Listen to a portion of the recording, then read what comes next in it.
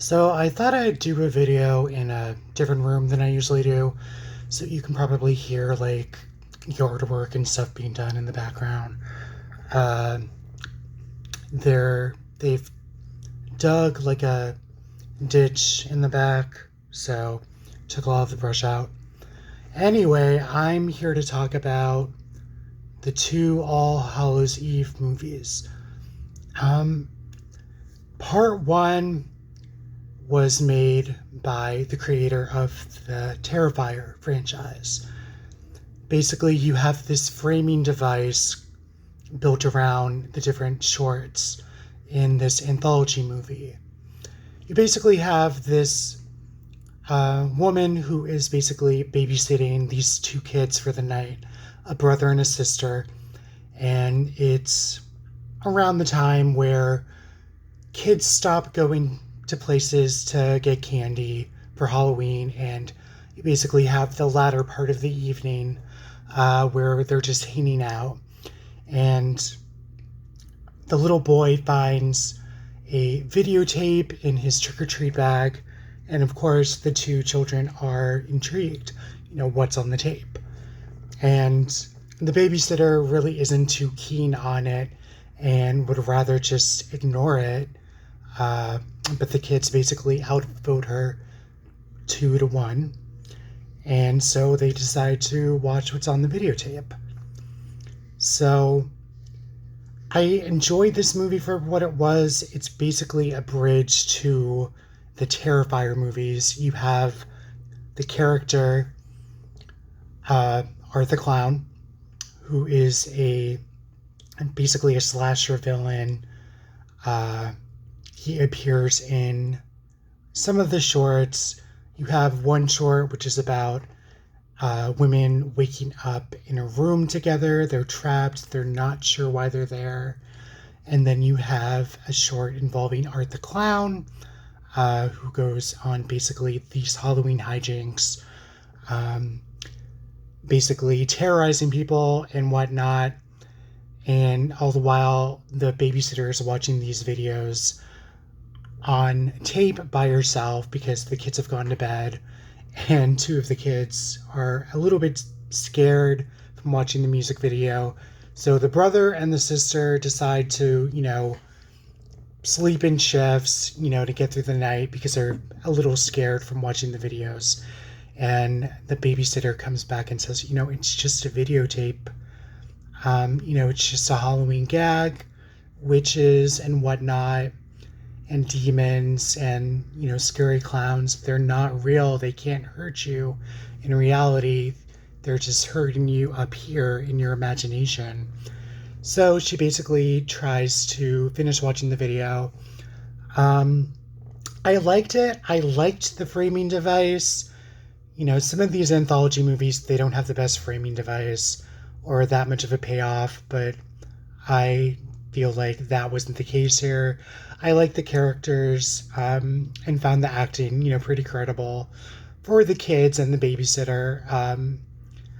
So I really enjoyed part one for what it was, and then I saw that there was a part two, which I completely forgot about. Part two is similar in that it's a bunch of anthology clips, basically around the theme of Halloween, although Art the Clown isn't in these shorts for part two. You do have another framing device where a character is watching these shorts on a VHS tape, and they get, creepier and creepier as the segments go on. You have one segment where a guy is preparing for Halloween. He's putting up different props and whatnot. And you have another one where it's a man who's chatting with a girlfriend on his computer, and it's in Spanish. But so you might want to put on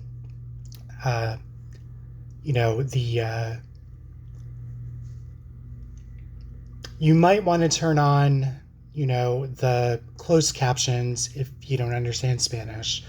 It really wasn't a big deal to me because I could still get like the gist of what the segment was doing. It might be a big deal for other people. But for me in this instance, it wasn't a big deal. Um, and again, you had the framing device of this young lady watching the movies, and you do get a payoff for it. I enjoyed both of the movies. The only thing I didn't like about part two was the very first segment. And again, it's about a babysitter watching a little kid and his dog. And it really gets pretty dark. And that's the only thing I didn't like about it. But not that the segment was bad or anything. It had decent production values and all that stuff. But I just didn't like the tone. I thought it was a bit too mean spirited. And it does have some animal cruelty. If that's a turnoff for you watching these kinds of movies, um, I know I like it when I know beforehand if there's animal cruelty in a movie or whatnot. So, both movies are on Tubi along with both Terrifier movies for now. Part 3 of the Terrifier franchise, I believe they recently finished filming part 3, and I guess it's going to take place during Christmas time.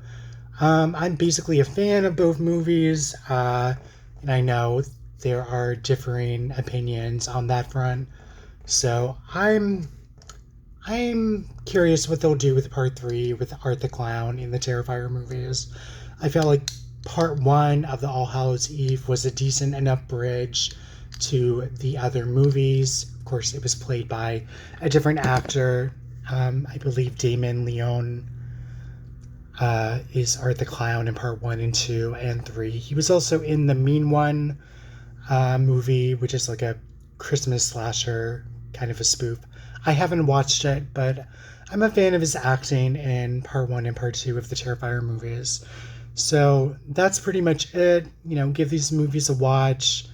All Hallows Eve, part 1 and part 2. I thought they were fun for an anthology horror.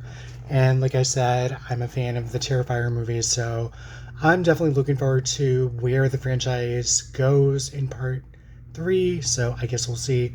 Let me know what you guys think of these movies in the comments, and I will catch you on the flip side. Thanks for watching, guys. Bye.